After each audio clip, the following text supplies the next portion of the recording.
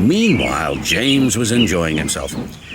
He had collected his fuel trucks from the docks and was now puffing through the countryside. "This is the life," he chortled. Too bad Thomas and Percy are missing out on all this lovely country air. But he was heading for trouble. One of the fuel trucks was leaking. It had a hole punctured after James bumped it too hard at the docks. And suddenly it caught fire. James and his crew were now in real danger. "Help!" cried James. Soon, they made it to a siding on the coastal track, and James's crew quickly uncoupled him from the train. James was covered in soot and ash, and was in a state of shock, while his fuel trucks were heavily blazing. Black smoke and hot flames plumed everywhere.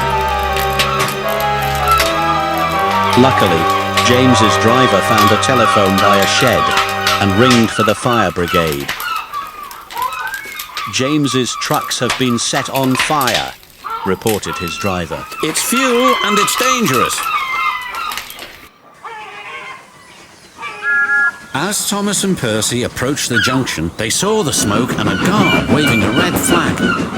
They were surprised at the sight of the firefighters and their trucks surrounding James and his train.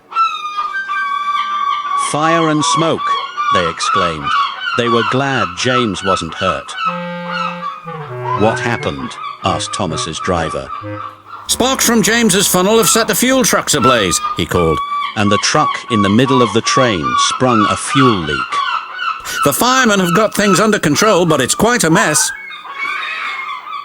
"You said the countryside run got you all fired up, James," said Percy. "But I didn't think he meant it in this way." "Ha!" snorted James.